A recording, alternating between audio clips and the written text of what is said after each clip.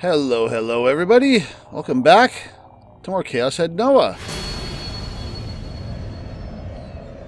Boom. I have a bit of a day off today, so I'm going to try to bang out as many of these as I can. It's only been about 30 minutes since the last one ended. As already mentioned, we're in a bit of a lull here. We did pass a chapter end, and we certainly got hit by something of great interest. Specifically the condition of Nanami's right wrist. Did she lose her hand or didn't she? What the hell is going on here?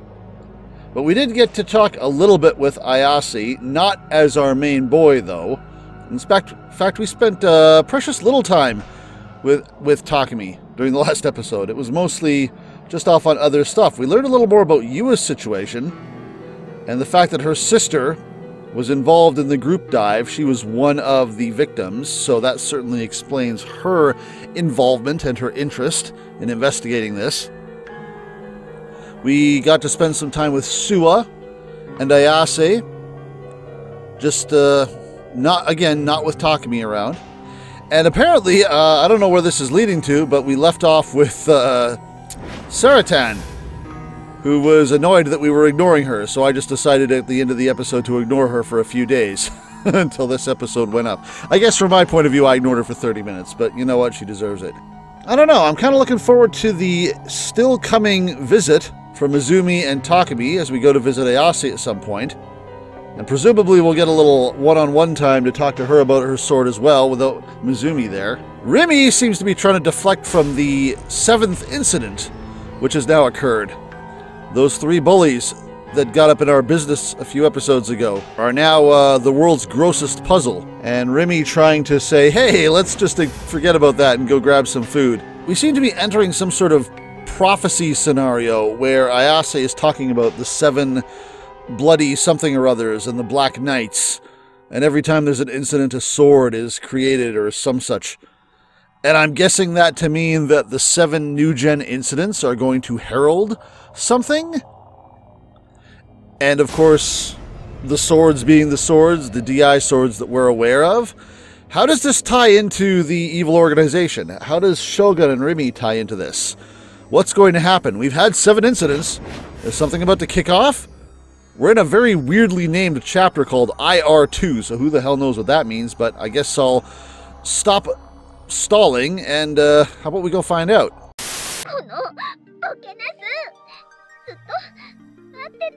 You big dum-dum, I've been waiting for so long, just waiting for you. Yeah, serves you right, we did that intentionally and I don't regret it. I've been waiting since last episode for you guys. Why did you leave me hanging? Why did you just leave as soon as I came on the screen? I absolutely hate you. Tough. But darn it, I love you too. Yeah, is that something that...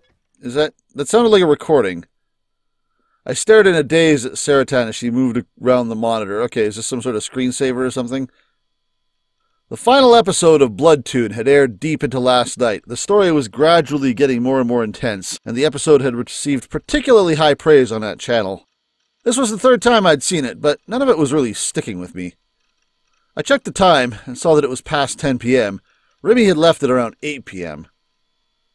I assume we can't visit Ayase now. This has got to be past visiting hours.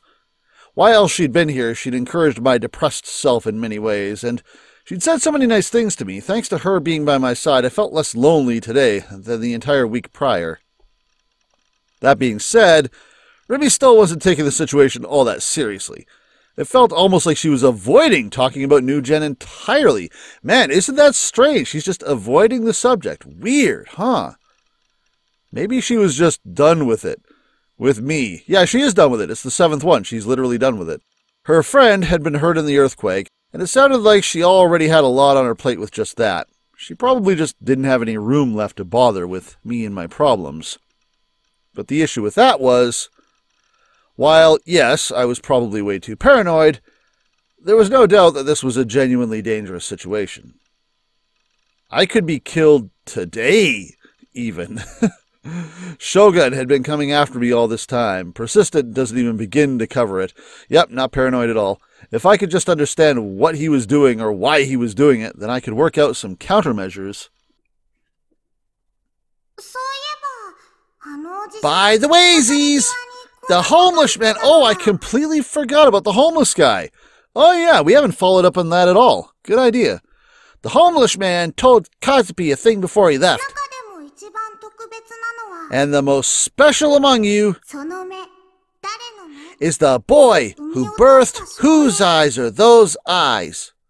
Yeah, we definitely need to follow up with that. Whose eyes are those eyes? You could hear those words all over Shibuya by now. On the net, it had become synonymous with the culprit. It was a phrase I'd used pretty often for a really long time, 'cause I birthed it.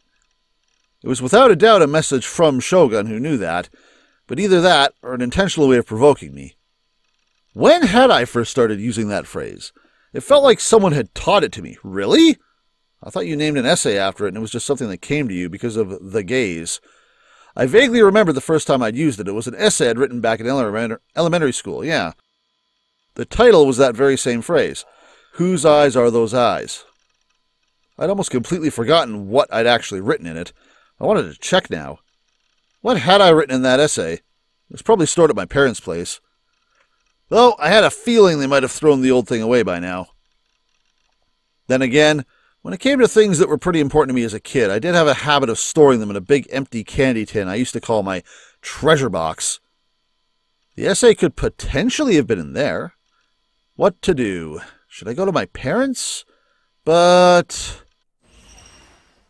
Nanami, yeah, we're avoiding Nanami now that we've seen that bandage. I didn't want to show my face to Nanami. I wouldn't know what to say. I really am a useless piece of shit. What's with this movement? What are you doing? I sluggishly rose from my seat, then collapsed onto the sofa. Yeah, why are you here? What the hell? You've got it all wrong. It's not like soba from the street vendors is my favorite food or nothing. What kind of alert is this for? What do you think you're grinning at, you big dum-dum? Ooh, you've got me real mad now. You got like a toy with a pull cord on it? Howl, samurai condenser! Lying face up, I gazed at the ceiling while ignoring Sarah's protesting. How and why is she protesting? That dreary, bare steel ceiling. Did you sit on something? Unlike my room at my parents' house, there wasn't a single groove in the ceiling that looked like a person's face. Hmm? Wait, what?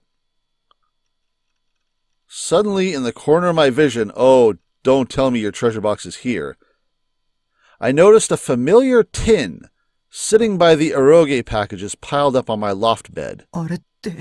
Is that? I hurriedly stood up and climbed the ladder to get a closer look. It was a reddish-brown rectangular tin, about the size of a B5 piece of paper. The word shortbread was written on the lid in white letters. Is this another package? Maybe this is the package Shogun left us that was supposed to please us, because I tell you, this is a lot more pleasant than the other one. There was no mistaking it. It was my treasure box. Why is it here? I must have brought it from my parents' place. Why would you not know that? Though I definitely don't remember doing so. Apparently not. Good job, me. Always thinking ahead. So, I'm assuming the essay's in there. I quickly grabbed the tin and opened the lid. Inside were a few test answer sheets, essays, scraps of paper torn out from sketchbooks and so on.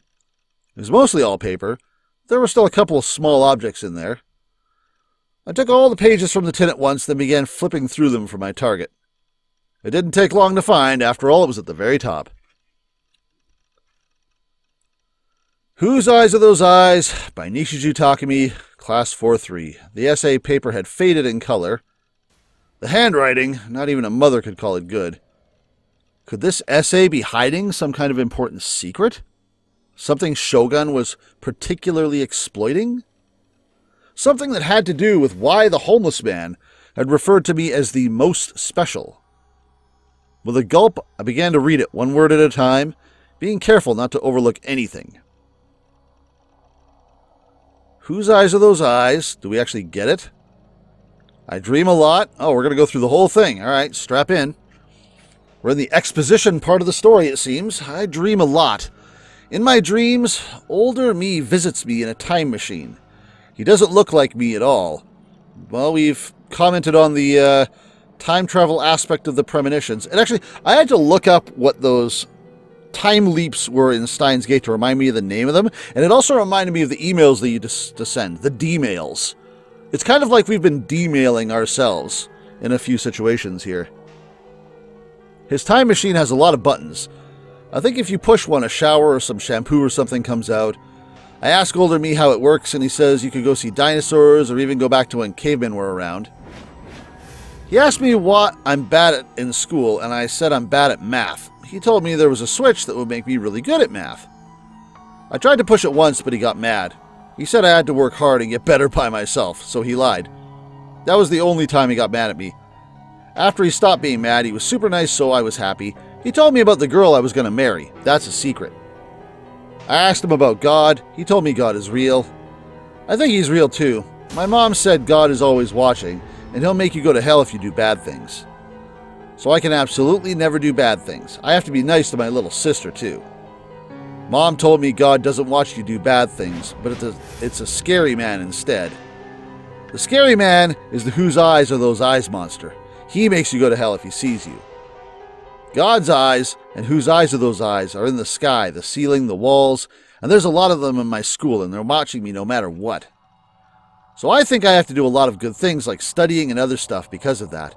It's embarrassing, though, because they watch me even when I do things like go to the toilet or take a bath. Wow, pervy. Also, ever since I was little, I could close my eyes and dream sometimes, even though I wasn't sleeping. It was like the inside of my head was like a video game or something. Okay, that might be relevant. But when I do that, the whose eyes are those eyes monster comes out, so I don't want to do that. I asked my mom, and she told me not to do it. But while I'm writing this essay, I asked older me in my dreams to tell me more about the time machine, but he said I knew everything. He wouldn't tell me more stuff because I'm just a kid. So from now on, I want to do lots of good things so I can beat whose eyes are those eyes. The end. Those eyes are those eyes. Whose eyes are those eyes is just a name now. That didn't seem particularly enlightening. None of this makes any sense. I sound like a Yase. This would have been around the time when I'd first started feeling God's gaze. Maybe I was going through some sort of phase back then? Either way, trying to understand anything from this extremely cryptic essay was beyond impossible. It felt like it'd be easier to decipher a bunch of hieroglyphics than it would be trying to figure out what the hell I'd been talking about. And this is my own essay. As I thought that, I noticed that something was scribbled on the back of the page. Oh? Come to think of it, hadn't I loved doodling back then? Is it a drawing of your sword? Or is it the name Shogun? Yeah, like in my social studies textbooks. The pictures of historical figures would always have mustaches or sunglasses drawn on them, and my notebooks would always have flipbook-esque animations drawn in the corners. Hey, who didn't do that? Back then, I'd started enjoying drawing more and more to the point where I'd even gotten my parents to buy me a sketchbook. Although, to clarify, it wasn't like my drawings were anything to write home about. But show it. Stop talking about it and show me it. Immersing myself in nostalgia, I turned the essay over to check out what I'd scribbled on it. This should be good. The fuck? Okay. Oh, there's the IR2. That's the name of the chapter. It was an incomprehensible drawing. That's one way of putting it. But while it was definitely incomprehensible, there was still something familiar about it. Something I'd seen recently. Oh? I don't recall hearing the IR2 from anyone. Up there, it looks like there's an equation. I feel like that's going to be something Senna's talked about when we pan up. Oh, yep, there we go. Is this something... I don't recall specifically. Whether it was a mathematical formula, had some other kind of meaning, or was just a meaningless string of numbers and letters, I had no idea. But Oh, there it is. Oh, that's ancient. That's chapter 1 ancient. This formula. It was the exact same one Shogun had posted out of nowhere back when he'd first come in contact with me in the chat room. Your memory's better than mine. Whose eyes are those eyes? And IR2. Two key things that had come from the essay I'd written many years ago. Things that even I myself had forgotten. And if Shogun knew them, that would mean that he'd been reading my mind after all. Or that he was you, but we still haven't established this. Of all the things to read from someone's mind, your stupid little scribble. All right, are we still talking with Yua? I want to hear more from her. Says Bon. Within the Frieza reception room, or rather the narrow space partitioned off by a few shelves being used as one, Bon sat deep in concentration, scanning through a number of files. Is Yua still here? She is. How you doing, Yua? Opposite to him sat Yua, huddled up and making herself small. She had been taking frequent glances at Bon in an attempt to read his expression. From an outsider's perspective, it appeared almost like a child showing their parent the report card. Bon was currently reading the report of everything Yua had investigated concerning the new gen cases at Nishiju Takumi. Ah, this should be interesting. It also included the chat log between Takumi and Shogun from the day prior to the crucifixion case. Also very interesting. As a result of her findings, Yua had concluded that Takumi was undoubtedly the true culprit behind the new gen cases. Sua said he was no longer a subject, so was he lying? Will this put us back on him? Will we have evidence to say that maybe Yua's conclusions are a bit misguided? What's going to happen here? This is quite something. Did you investigate all of this on your own? Hi. More or less. Yua hung her head apologetically in response to Momose's praise. She stared at the Gero froggy straps hanging from the bag below her feet.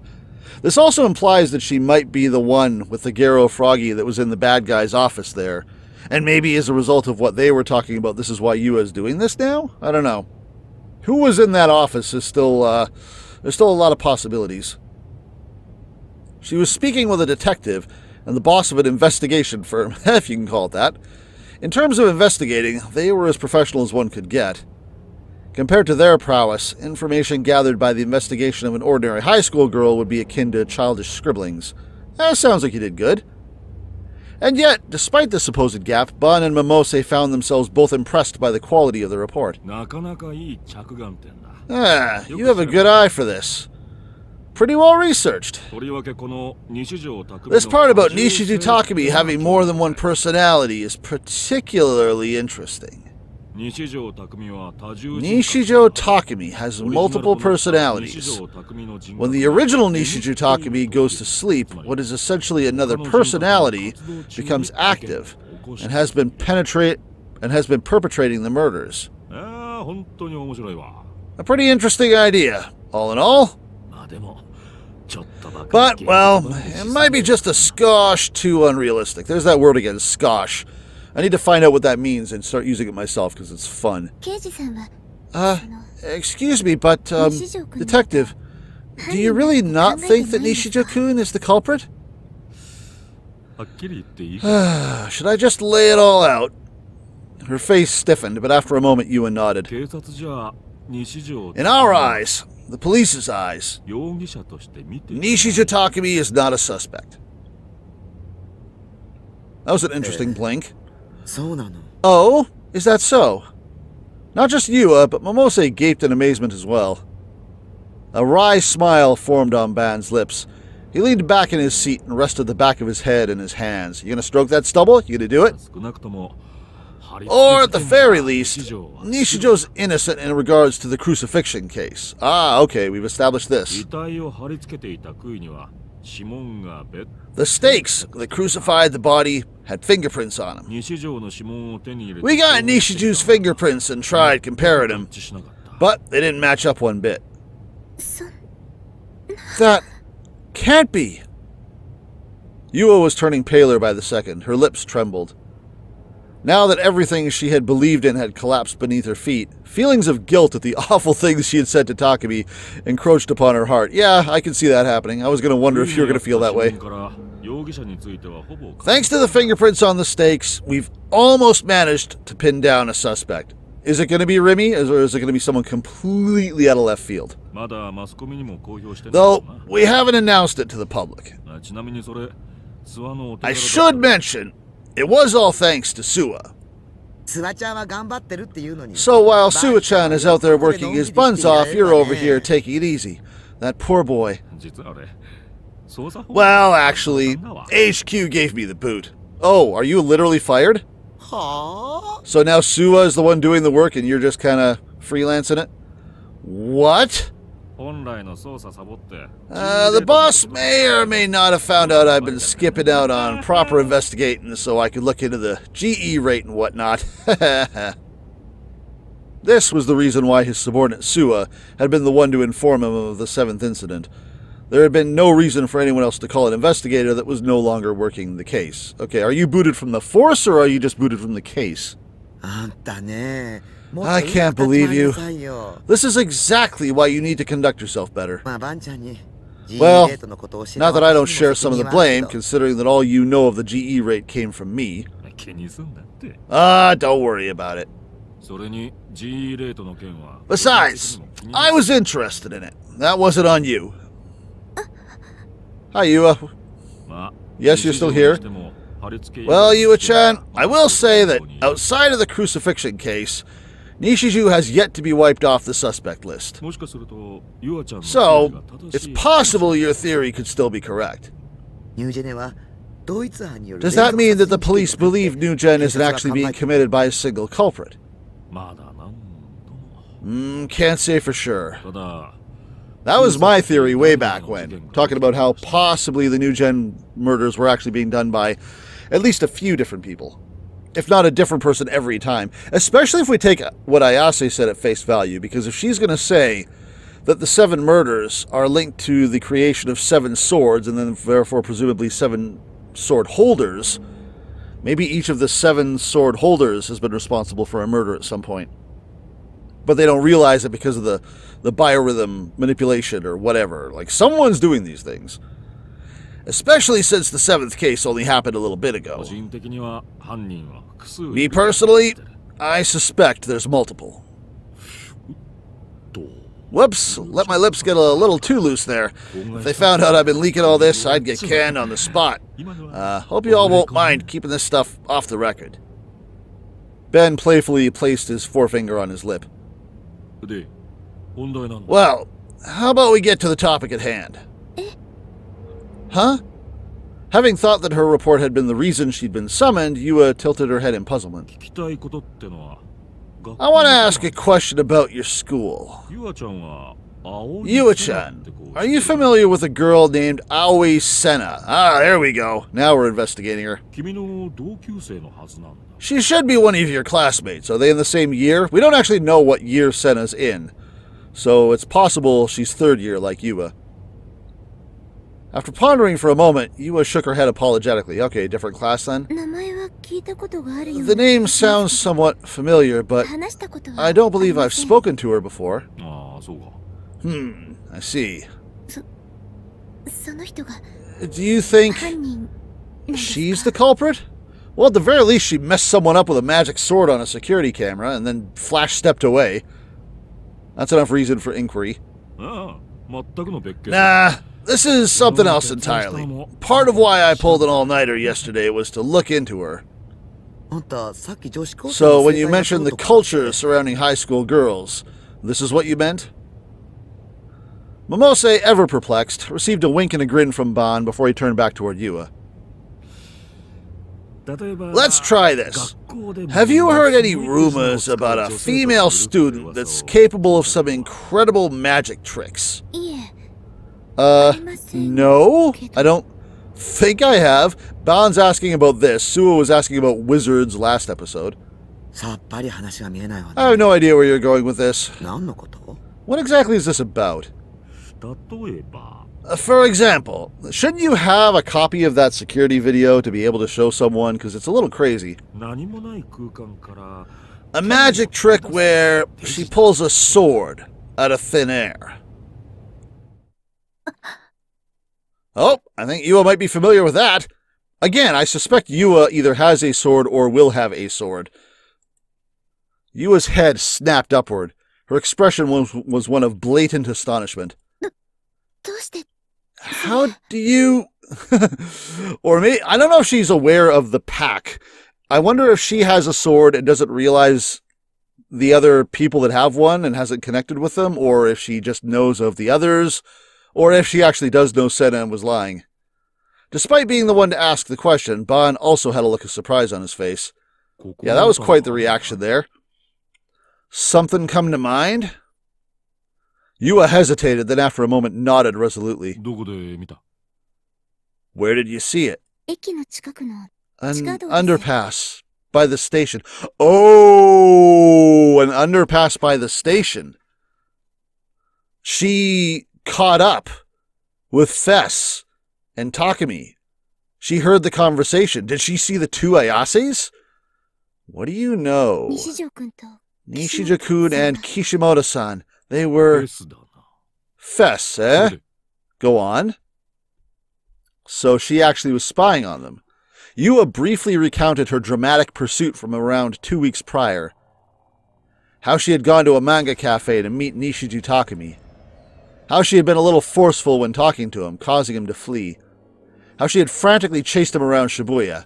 How he had then managed to evade her. And how right when she was about to give up, she had stumbled across Takumi and Ayase entering the underpass. So I hid above the staircase and spied on them without them knowing. Did you see the sword? They were both talking about something at the bottom of the stairs. Oh, as for what they were talking about, I wasn't able to hear them very clearly. But suddenly, out of nowhere, Kishimoto-san pulled a sword out from thin air. It was an incredibly large sword, and it didn't look like it would fit in her bag. No, it wouldn't. So you just saw it, real boot or nothing. So you, I guess she doesn't know about this, which means she doesn't have the sword herself, but if she can see it, if she can perceive it, then like Takumi, she has some sort of power. You can't be serious. You're the one who asked. Sounds exactly the same as what I saw. Huh? Though the one I saw wasn't done by Kishimoto. It was that Aoi Senna girl I was talking about. Again, the video on the security camera. Actually, we've got eyewitness reports from all over Shibuya saying that Senna likes to stroll around with a sword. Oh, she just real boots it and takes a walk? I thought she was not embarrassed because no one else could see the sword. No, she just likes to carry the sword around. Alright, cool. Maybe that magic trick is a new trend among the young people of Shibuya. But what I saw, it didn't look like a magic trick at all. And did you catch something else? The two Ayases? I don't know if you'll believe me or not. And I haven't told anyone about this, but the two Ayases? Back then, Kishimoto-san, she didn't just pull out a sword.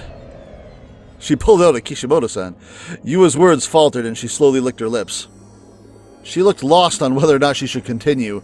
Her eyes darted around the room. But eventually, she steeled her resolve and fixed her gaze upon Ban. She split into two people. Yeah, that was probably a weird sight, huh? It was almost like there were two of them in the same place. It was just so bizarre. Yeah, what? I mean, Ban, you saw Senna flash step out from in front of that camera, so you're not completely unaware of this. Yeah, what the hell? A heavy silence covered the reception room. All three within it were at a complete loss for words. Regardless, while I don't know what the trick behind it is, there definitely seems to be multiple people around Shibuya that can pull off stunts pretty similar to magic tricks. My god, they are wizards. Moreover, we've confirmed that Kishimoto Ayase and Oisena have both made contact with Nishiju Takumi. I seriously doubt this is a coincidence. Nishijo-kun. Feels like nothing but surreal stuff has been following that kid. As Bond said that, his words from the call before reappeared in his mind. If this was just the work of monsters, magicians, or wizards, this would be all so much easier. Would it? Bond's murmur did not reach the other two. Adverse to the gloomy atmosphere, Momose took a deep breath and sipped on the tea her subordinate had brought over to her. Then as she brought the cup back down, she put on a smile and unceremoniously made to change the topic. By the way, Yua-chan, those frogs hanging off your bag, they're quite the fad nowadays, aren't they? Yes. Yua gave a sigh of relief, having been saved by the kind company president. What was it called again? Yeah, Gero! Froggy! Oh, she looks so happy and psychotic. That expression, good god. Everyone in this game is a psychopath. Weren't there a whole host of different kinds released? About 10 in total, I believe. Have the recent ones been relevant in some way? Hi! I only got them from a friend, so I don't know very much about them. Why is it that things that are so sloppily put together get so darn popular? I mean, if we're going off raw looks here, not only am I better on the eyes, but I'm way cuter. Banchan, save the ramblings for the bar. I was just joking. Well, actually, I don't really understand why they're so popular myself. Oh, well, I think they're rather adorable. Looks like your eye for these things is on the way out, Momo-chan. Oh, really? Doesn't it prove that I'm more in tune to the public opinion than you? You want to buy one yourself, Banchan. Where in the world would you even go to buy these things? There's exclusive Gero Froggy shops all over the place. Those Gero Froggies are going to end up being the real villains. Watch them be some sort of mini rucksack or some such. Who knows? I mean, I know they're a slight gag in Steins Gate. Exclusive shops? Is that why the Gero Froggy was on that guy's desk? Not because of the person who was there being a fan of them, but because they're actually serving a function. I think you can get one on Friday if you wait in line for it. Friday? What is it about a Friday? Have these things been happening on Fridays? They release a new design every Friday. The children that like them want to complete their collections, and they seem to be trying to collect them all. Yeah, Nanami is another one who's doing that. While Yua was in the midst of speaking, Bond had turned to Momose while scratching the stubble on his chin. Something about Fridays. Have these things been happening on a Friday? Friday, eh? Things you wouldn't normally expect to be popular are popular. And the GE rate increases on the weekends. Oh, that's what he means. Banchan, you can't possibly be suggesting. So the frogs are raising the GE rate? He's going to grab that frog and rip it open. This might be worth checking out. The Gero Froggies are really going to be responsible for this? Are you serious? Are you messing with me? That would be hilarious. That's totally going to be a thing. Yeah, let's visit Ayase. Be Takumi. Be Mizumi. Be a waiting room with George Foreman. The second I'd poked my head into school on Thursday, Mizumi-kun immediately invited me to go see Ayase in the hospital with him. Excellent! I've been waiting for this. Given that the idea hadn't even crossed my mind, it had caught me off guard, despite the fact that he literally suggested it before. But before I'd even been able to respond, Remy said she wanted to come too for whatever reason, and I ended up being swept along with her as a result. I want to hear Orihara Kozupi tell us what's been going on in Remy's mind, because she seems to have reason not to trust, and I want to know why. Now, let me be clear. I had a heart and all, but considering the menace known as Shogun was drawing closer and closer to me, I didn't think this was exactly the time to show it. I didn't want to die. Coming in through the front entrance, Mizumi-kun looked around the lobby in confusion. What's wrong? Well, I was just trying to figure out whether Kishimoto's room was... You're not going to figure that out by just poking your head in the door. Had he seriously come this far without knowing that? This guy was beyond belief sometimes. This is the outpatient ward. The hospital ward is next door. Oh, shit! That right? Well, fuck me. Dai-chin, get a grip already. And away we go. A.H. Tokyo General Hospital. It was the hospital I'd gone to ever since I was a kid. I'd even come here just the other day, so I was pretty knowledgeable on where everything was.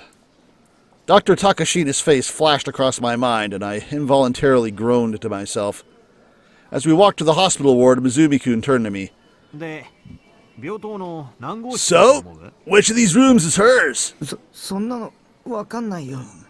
Yeah, shouldn't you be able to ask at the front desk for that? How should I know? This was a general hospital, so there were obviously a ton of different wards and departments. If I had to guess, probably not the surgery ward. But she could maybe be in the psychiatric ward. There hadn't been any visible injuries on Ayase after she'd fallen, and considering she'd attempted suicide, her mind had likely been brought to the brink, so her being in the psychiatric ward seemed very possible. Even I'd been taken to the psych ward after the uproar at O-Front. Huh! You sure know your stuff, Taku. You sure know your way around a mental hospital, Taku. It's just common sense, you dork, right, Taku?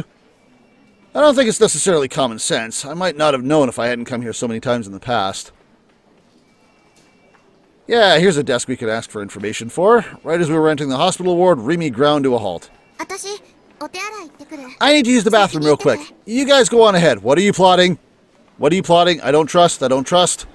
With a wave of her hand, Remy quickly headed back toward the outpatient ward.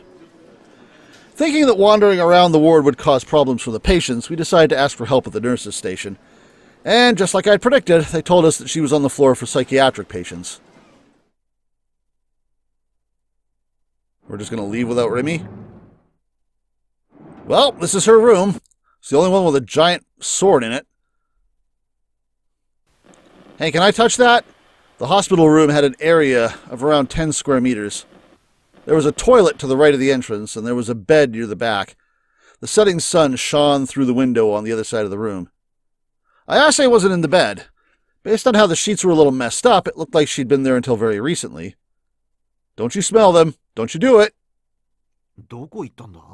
Where'd the hell she run off to? Who knows? The window was open. Wind blew against the white curtains, sending them fluttering in the breeze. We're going to comment on the sword. For some odd reason, it had caught my eye ever since I'd come in the room. It felt like a negative delusion could start at any second. There's literally a sword there, one where Ayase jumped from the rooftop and fell past that window. One where, if I looked down, I'd find her sprawled on the ground covered in blood and with gray matter scattered everywhere. Stop imagining things! They come true. I had to check. I couldn't bear the burning curiosity. As if possessed, my shaky legs moved step by step toward the window. But if she is there, dibs on her sword. I stood right by it. The sky was dyed in evening glow. It was a crisp fall evening. What might have been below? The very picture of hell itself? With a gulp, I ever so slowly peeked out the window and down toward the ground. There was nothing out of the ordinary. I couldn't see Ayase's corpse anywhere. Phew! Guess I'd just been paranoid. But when I went to retract my head in relief, I noticed it. Wait, what? Wait, what? Oh, my motherfucker! Remy! Remy, is that you? Remy, that's you, isn't it? On the window 1 story below, a single towel was waving in the wind. You want me to go visit that room, don't you? Is that where Shogun is? Because we know he's in a hospital room. We saw him. I assumed it was just a normal white towel, but words of some kind were scrawled on it in dark blue lettering. Oh, I see them. Due to a flapping in the wind, I couldn't quite figure out what it said. Oh, I figured it out just fine. Not that I really cared. The words scribbled on some towels shouldn't have bothered me at all. But a part of me still tried desperately to read it. And when I looked closer, I saw... Yeah. Whose eyes are those eyes? I was speechless. I couldn't look away. And right after that, you get mesmerized so easily by this stuff. Why is that? The towel was suddenly pulled back through the window. Remy, I swear to God. Almost as if they had known I'd been looking at that towel at that very moment. No, that couldn't be possible. Nobody I knew could have been in the room below me, besides Remy. Nobody I knew had been hospitalized, but Remy's here. Even if someone other than a patient were stalking me from the room below, it would have been impossible for them to predict that I would peer down from here, right? Unless they were Remy. There were no surveillance cameras in the rooms. It was all just a coincidence. It had to be. But what if maybe, just maybe, it wasn't? How fast can you run downstairs? Can I borrow the sword? Terror creeping up my back, I turned back toward the entrance. There was nobody there. The door was shut. Oh, fuck. Mizumi is gone? I'm just in a room now? I immediately pulled myself away from the window, feeling incredibly uneasy. Don't think about it. Try as hard as you can not to. This was a coincidence, a simple coincidence. That was what I told myself. Go for the door. Oh no, he is here. Hey, check it out, Taku. There's some weird-ass stuff over here. I suddenly realized Mizumi-kun was calling me. Why is the door closed? He had taken a magazine from high up on the shelf and was staring at it fixedly. It's new, man. This is crazy. What the hell is new? I can't believe this magazine is still going. New was a magazine that focused on all facets of the occult. UFOs, aliens, ESP, religion, urban legends, mysterious phenomenon, super ancient civilizations, OOP arts, whatever the hell that is, etc. It wasn't difficult at all to believe that our very own shit-loving Ayase would be reading it. And this book here, let's see, I was about to say, is this the Psalms and Revelations book? The Gladiole Book of Psalms and Revelations. Must be some kind of fantasy book. I wasn't familiar with that specific book, but the term gladiole did ring a bell. Yep, as it did me. I don't think we've heard that word, and by we I mean Takumi. I don't think he's heard that word ever since he was looking up D-swords initially, online, way back in the day before he bought his shitty-ass vinyl one. Where had I heard it again? I was pretty sure it had been pretty recent. Does dating Kishimoto come packaged with this crazy hobby of hers? God, that'd be so annoying to deal with. Thinking about this even while he has a girlfriend, of course. And he's still not giving up on dating Ayase, even after being turned down in an instant last time. Oh. You're just noticing that now, you blind motherfucker? Suddenly Ayase's D-sword came into view in the corner of my eye. It was leaning against the window. It looked like a space battleship ripped right out of a sci-fi movie. My opinion on it hadn't really changed either. It was an awesome-looking sword, possessing equal parts beauty and cruelty.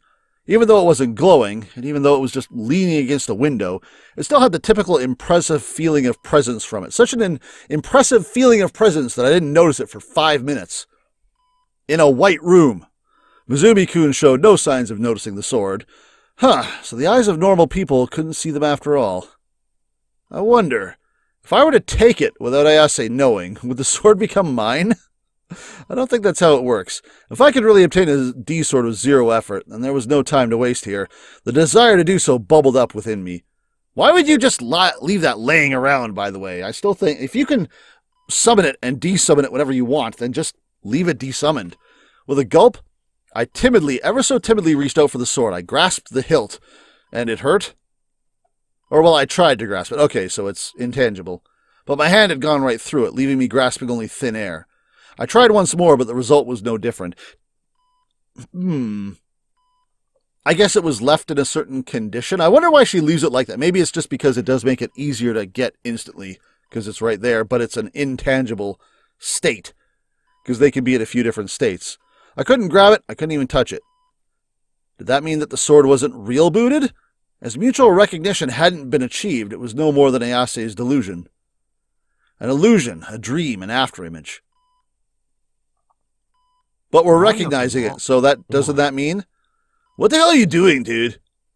Mizumi-kun looked at me in confusion. Yeah, that probably looks weird from his point of view. Also, fade to black? We then waited for around 10 minutes, but Ayase still showed no signs of coming back. Same thing with Rimi. She was still in the bathroom, apparently, or downstairs waving a towel around. Where could she have actually gone? Did Rimi know how to find this room? No, because we asked after she left. We'd asked for the location at the nurse's station after Rimi had left.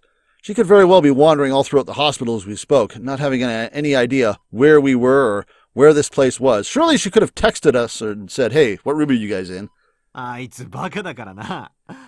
She is a bit of a ditz. It might not have occurred to her to ask someone like we did. We should maybe look for her. I felt uneasy not being with Rimi. I couldn't say for sure that this hospital was safe. If Shogun were reading my mind right now, he would have known that I was here. Good idea. I'm getting bored of waiting, and I know you're pretty damn lonely without her around after all. Hey, give it to me straight.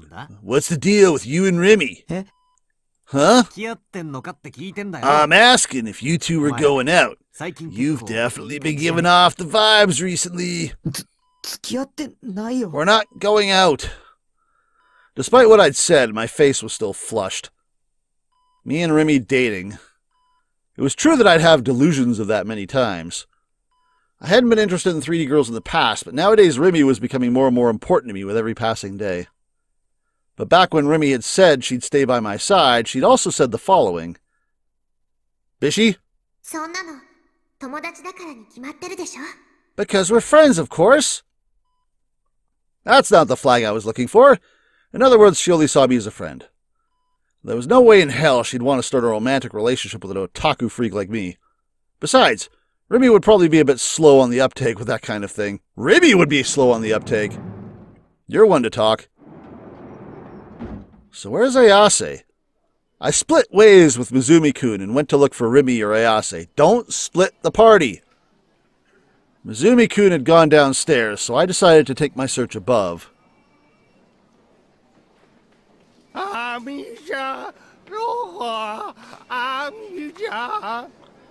Okay, I'm just going to let that one play out. I passed by an older patient in the corridor, probably around his 50s. He was staggering down the hall while calling out to someone named Ami-chan over and over. I ignored him, so did Psy'Min, and headed farther into the corridor. Nobody seemed to mind me wandering around the hospital, maybe since I'd used to come here pretty often. But for every corner I turned, and for every door I saw open, I felt my heart rate increase at the thought of Shogun appearing from them. I mean, Shogun is supposedly in one of these rooms, because we saw him. Who knows if he's still here, but you know. And not only that, but the occasional crazed screams and cries coming from any number of directions weren't exactly good for my mental state. The corridor was uniformly dyed a cream color. Some of the rooms were open, some were closed, and to make sure that there were no signs of Shogun being around, I peeked into a whole bunch of them. Each room had 2 beds, lined up next to each other, with person-shaped bulges lying underneath the sheets, likely sleeping patients, but their faces were always in a blind spot, so I couldn't see them. There weren't many people walking through the corridors. Just the man calling for Ami-chan and a single nurse. Those were the only 2 I'd passed by. Why does the guy calling for Ami-chan get a spoken line? Is he going to be important? I didn't really want to be here. I didn't know why, but that feeling refused to leave me. The atmosphere was heavy. It wasn't oppressive per se, but I had the nagging feeling that I shouldn't have been there. A little farther in front of me, the corridor made a 90-degree turn to the right. Did the hospital rooms continue through there, I wondered. As I pondered that, I cautiously turned the corner. What the hell? And I was immediately met with a wall. A badly shaded wall. It sat in the middle of my path, and in vast contrast to the entire cream-colored hospital, it was covered in black paint from top to bottom. A complete dead end. That is odd. Yeah, we should be leaving. For some reason I didn't know, my pulse quickened. I couldn't move even a single step from where I stood. My vision wobbled and shook. Thinking it was vertigo, I tried to close my eyes and massage my eyelids with my fingertips, only to feel my eyeballs twitching beneath them. A chill as cold as ice crawled up from my feet. I stood dead in my tracks, forgetting how to even breathe, staring at the black in front of me. It felt as if it would suck me in, as if it would swallow me whole. A deep, never-ending darkness. This is why you don't split the party! Even though there shouldn't have been anyone there, it felt like somewhere someone was watching me. God's gaze pierced into the nape of my neck. His presence was on a completely different level compared to how it would be at my base. Don't look.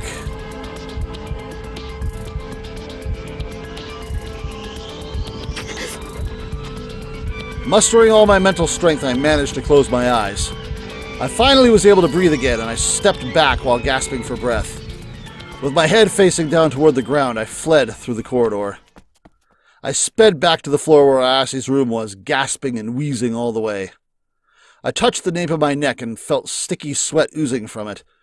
But the sweat wasn't just coming from there, my entire body was drenched in it. What the hell was going on? Was Shogun reading my mind? The presence of God's gaze wouldn't go away. My wheezing and shivering refused to calm down.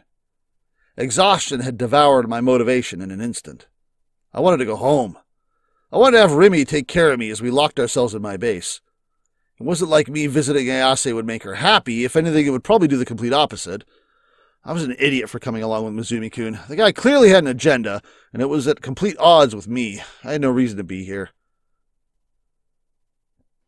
Well, we're back in a safe spot, and we see another living person. I should just go home. Before either Shogun or Yua appeared. Yua's not necessarily our enemy anymore, not that she barely really was in the first place. They always appeared whenever I least expected it. I bet they'd pin down where I was with ease. No, if you're at your base, they pin down where you are with ease. No matter where I was, I needed to be prepared. I need my D-sword. Tracing the wall with my hand, I staggered my way back to Ayasi's hospital room. Had Mizumi-kun gotten back yet? Hoping he'd found Remy, I dragged my legs forward. Yamai-san was calling out to Ami-chan again, so Yamai-san. Who's Yamai-san? I don't think we've seen that last name before. Yamai-san was calling out to Ami-chan again. I heard the voice of a nurse coming from ahead. Looking up, I saw that two of them were walking in my direction. One was young, and the other was a well-built, middle-aged lady. Who on earth could he be searching for? It comes from a ghost story that's been told in this hospital for a very long time. Oh, lore drop. Supposedly, there's a phantom hospital room that nobody can see, and Ami-chan is hospitalized there. Oh, is that what we saw? The rumor's been going around for years and years. I looked back down and waited for the two to pass by. I held my breath to hide my ragged breathing. I could easily tell they were giving me suspicious looks, but they still ignored me all the same. Is that the room we saw? Are we going to have to go back there? As the two nurses passed me, I continued my endeavor and arrived at the nurses' station. I must have missed Ayase's room, as it should have been a bit before that. Clicking my tongue, I wiped the sweat off my forehead. It still felt like I was being watched. The depths of my chest throbbed with pain. My ears were ringing too. I felt absolutely terrible. My body was a total wreck. I hadn't felt anything like this at all when I'd first gotten here. What the hell had happened to me in my body? With the pain overwhelming me and becoming too much to bear, I went to ask for help from the nurses at the nurses' station. Hey, it's our favorite, but there was only one nurse there. She didn't seem to have noticed me. Her back was turned to me, and she was mumbling something while deeply absorbed in whatever she was working on. Well, she'll know where Ayase is. In her hand was a clipboard. She was writing something on the form stuck to it. May the divine light... Oh, fuck off. Well, we found someone from the church. Senna will be interested in this. What was her name again? Hakinu or something? Hakuni? Something along those lines? Ha something. I wish I could see it on her name tag. May the divine light save us. Okay, I don't trust you anymore either. I'd seen this person... Hazuki, there we go. I'd seen this person many times before. She was that one nurse, Hazuki-san. Is she going to be the one with the Garo Froggy in the guy's office? Oh, okay. We're getting deep in it now. We're getting deep in it now. Hazuki-san. Okay, stop chanting your cult mantras at work. You probably shouldn't be doing that. Oh, this was the AH Tokyo General Hospital Psychiatric Ward. Of course she'd be here. She's already attended to me twice this past month alone. Oh, man, this was perfect. If I called out to her, she'd surely help me with whatever Except she's chanting cultish mantras, and we should probably walk backwards and make eye contact. An urgent-sounding ringing noise suddenly ran through the room. Hazuki-san put down her clipboard in surprise, then operated a switch with her hand. The ringing sound was cut off. And she ran off. She's probably been paid to do some nursing thing, and she rushed out of the nurse's station in a flurry. Something to do with Ayase? Hopefully nothing to do with Mizumi-kun. Why hadn't she noticed me, even though I was suffering from so much pain right beside her? Why did she not notice me? I could barely stay standing. The vertigo was awful. With no other choice, I decided to go into the nurse's station to wait for someone to get back. I'm not sure you're supposed to do that. I found a stool around where Hazuki-san had been standing, then sat down. Oh, you're going to read her form? Something to do with Ayase was written on it. My head ached. It felt like it had back when the earthquake hit a week ago. But this pain had a different nature to it, or so it felt anyway. I needed something to drink. Just trying to breathe hurt my throat, likely because of all the gasping and wheezing I'd been doing. I casually looked around the area. My eyes then landed upon the clipboard Hazuki-san had been holding. Yep! And at the very next moment, what was scrawled on it entered my field of vision. It's either going to be Divine Light Save Us, blah, blah, blah, or Whose Eyes Are Those Eyes over and over again. Or that! Wait, what? Okay, that I was not expecting. What? Oh, that was on the screen for a fraction of a second, but I recognize that. How? I have so many questions. What the fuck? What is going on in this fucking game? Whenever I'd gone in for a checkup, Hazuki-san had always been writing something on that clipboard of hers, all while having the same gentle smile on her face. I thought she'd been writing down prescriptions she'd planned on giving me, my temperature, things like that. What the hell? That was why what was drawn there was beyond my comprehension.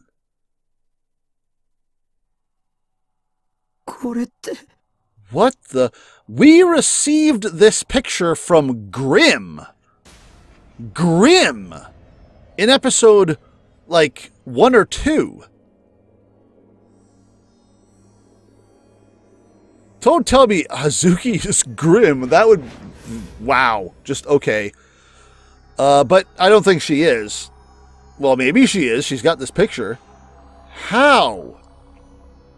What is going on? I had seen it before. Yes, I absolutely had. I had absolutely seen this shittily drawn sketch somewhere before. Where had I seen it? Oh, I remember. It's exactly where Psy'Min Sezz. Yep. But the lines weren't there. So maybe it was written on a different piece of paper, but it's the same drawing. And again, how, why? My head ached.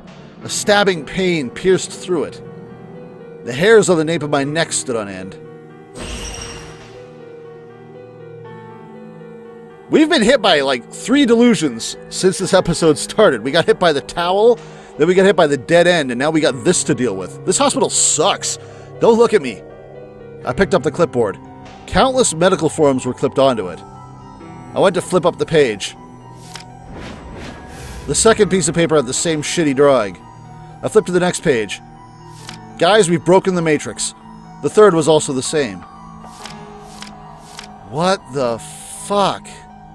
And the 4th and the 5th and the 6th. Hazuki! You got some splaining to do, woman. Each and every one of them had the same drawing scribbled on it again and again and again. This drawing. Yep. It was the crucifixion. What the hell? And I ran like a motherfucker. Scene transition. Ain't talking to no one, ain't waiting for no one. To hell with Remy, to hell with Ayase, to hell with Mizumi, to hell with the homeless guy. Get me to my crate. Evening fell on the roof of an old building in Shinzen. The building atop which Nishijo Takemi's container house stood, still as death. And evening fell on this episode. I think that's a good place to leave it off, even though I really don't want to. I want to record the next episode because what the absolute shit is going on? Yeah. Hazuki. I mean, she was going to factor in some way because she keeps coming up as a background character. I didn't know she was going to be like a... Is she going to be part of this whole church thing? Because Senna thought we were a member of the Church of the blah blah blah. I forgot the name of it. But clearly there's a cult at play. I still don't know how much it's tied to the bad guys or how much it's tied to Shogun or what. I suspect she's tied to Nozomi in some way because she's been maybe collaborating on doing this research on mental patients because of where she is and what she's doing and things like that. But this is the first time she's done something genuinely sussy. Even when Sua came by and said, hey, I need you to show me some private confidential information, wink, wink, nudge, nudge. She was like, oh, I can't possibly do that. And now she's just chanting cultist mantras while drawing, you know, the world's worst flip book. Anyway, what happens next? What's the explanation? What the hell's going on? Questions are piling up. Very few answers are forthcoming, but they'll come. But you got to tune in next time. So I'll see you guys then. Thank you guys for sticking with the series for as long as you have. I am very invested, and I hope you are as well. Take care. I'll see you next time. Bye-bye.